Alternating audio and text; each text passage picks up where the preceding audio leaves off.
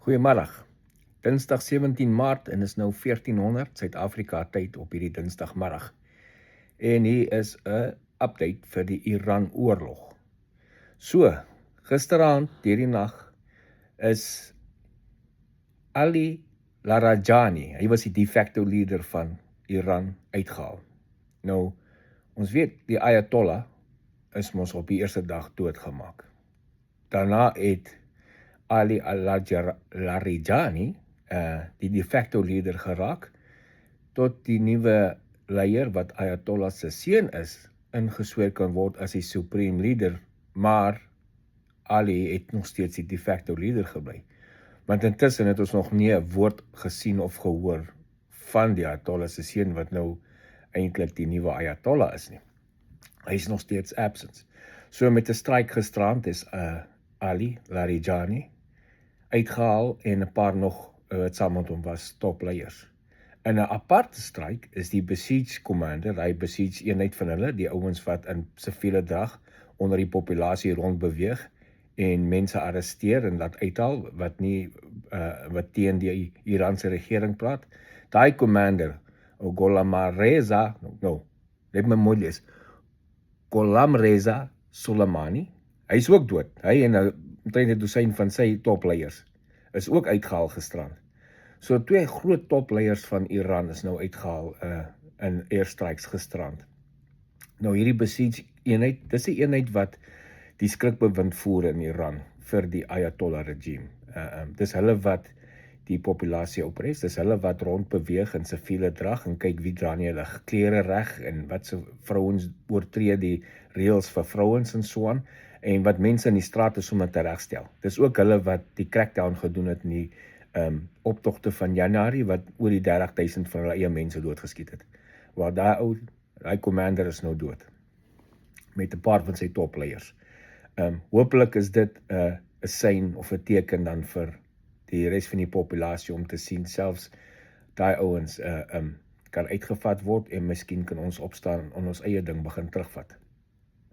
Verder is Israel besig om in sy deel van Beirut nog steeds airstrikes te doen en hulle het nou grondmagte ook wat daarin is om Hezbollah weg te dryf daar van hulle grens af.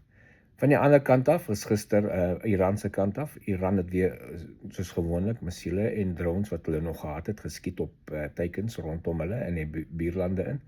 En gisterand is een van die drones het deurgemaak en die Amerikaanse ambassade in Kuwait, nie in Kuwait nie, in Baghdad, daar in Irak, het in die compound geval en ontplof, so jy kan sê hy die ambassade reggekry om ambassade te tref, maar geen beserings nie, en dit was in die buitekant, het nie die gebou getref nie. Maar in die ander was afgeskiet gewees. Hezbollah het 'n dorp getref gisterand met hulle 4 pyle, wat net oor die grens is in die noordekant van Israel. Daar 6 mense beseer daarso in daai stryk. So daar's nog steeds strikes van Hezbollah en van Iran wat dit deurmaak en van die teikens tref. Daai gaan nie ophou tot die heel laaste missiel en die heel laaste drone van Iran uitgehaal is nie. En om dit reg te kry gaan baie lank moet vat, want dit obviously so baie van hulle van goed wat hulle onder die grond wegsteek. Maar sodra jy die leierskap uithaal en daar's nie kommunikasie meer nie, dan word dit al hoe minder, en soos wat waar hulle lanseer, word hulle opgetel met sensors, en in daai plekke word dan gestryk. So op die oomblik is daar baie duidelik geen kommunikasie tussen Iran se radikale regering en hulle weermag nie, want hulle het al by telke male opgekom, die regering van Iran, die radikale regering, en gesê, hulle het opdrag gegee vir hulle weermag om nie siviele teikens in hulle buurlande te skiet nie, en dan net 'n paar minute later dan skiet hulle siviele teikens in hulle buurlande. So is baie duidelik dat daar's geen meer kommunikasie tussen die hoofregering, die Ayatollah regime en sy weermag nie. En dan die weermag ouens self, laer af, daar's nie meer groot leiersfigure in beheer nie, so die groeperings wat nog plekke het, wat in bankers is, wat uitkom en lanseer, hulle het vooraf bepaalde teikens so goed gehad, en so sonder kommunikasie van hulle regering self af, kom hulle maar net uit en doen of wat hulle gesê is nog voor die oorlog begin het. So dis hoekom jy sien, daar kom nog steeds teikens wat getref kan word uit Iran uit. En dan ook net vir retaliation doeleindes. So, dit is dan die stand van sake op die oomblik. Groot nuus dan vandag is daai twee leiers, Ali Larijani, die de facto leader van Iran, wat nou uitgehaal is gisterand, en die Basij commander Gholamreza Soleimani, hulle twee uitgehaal met hulle topleiers.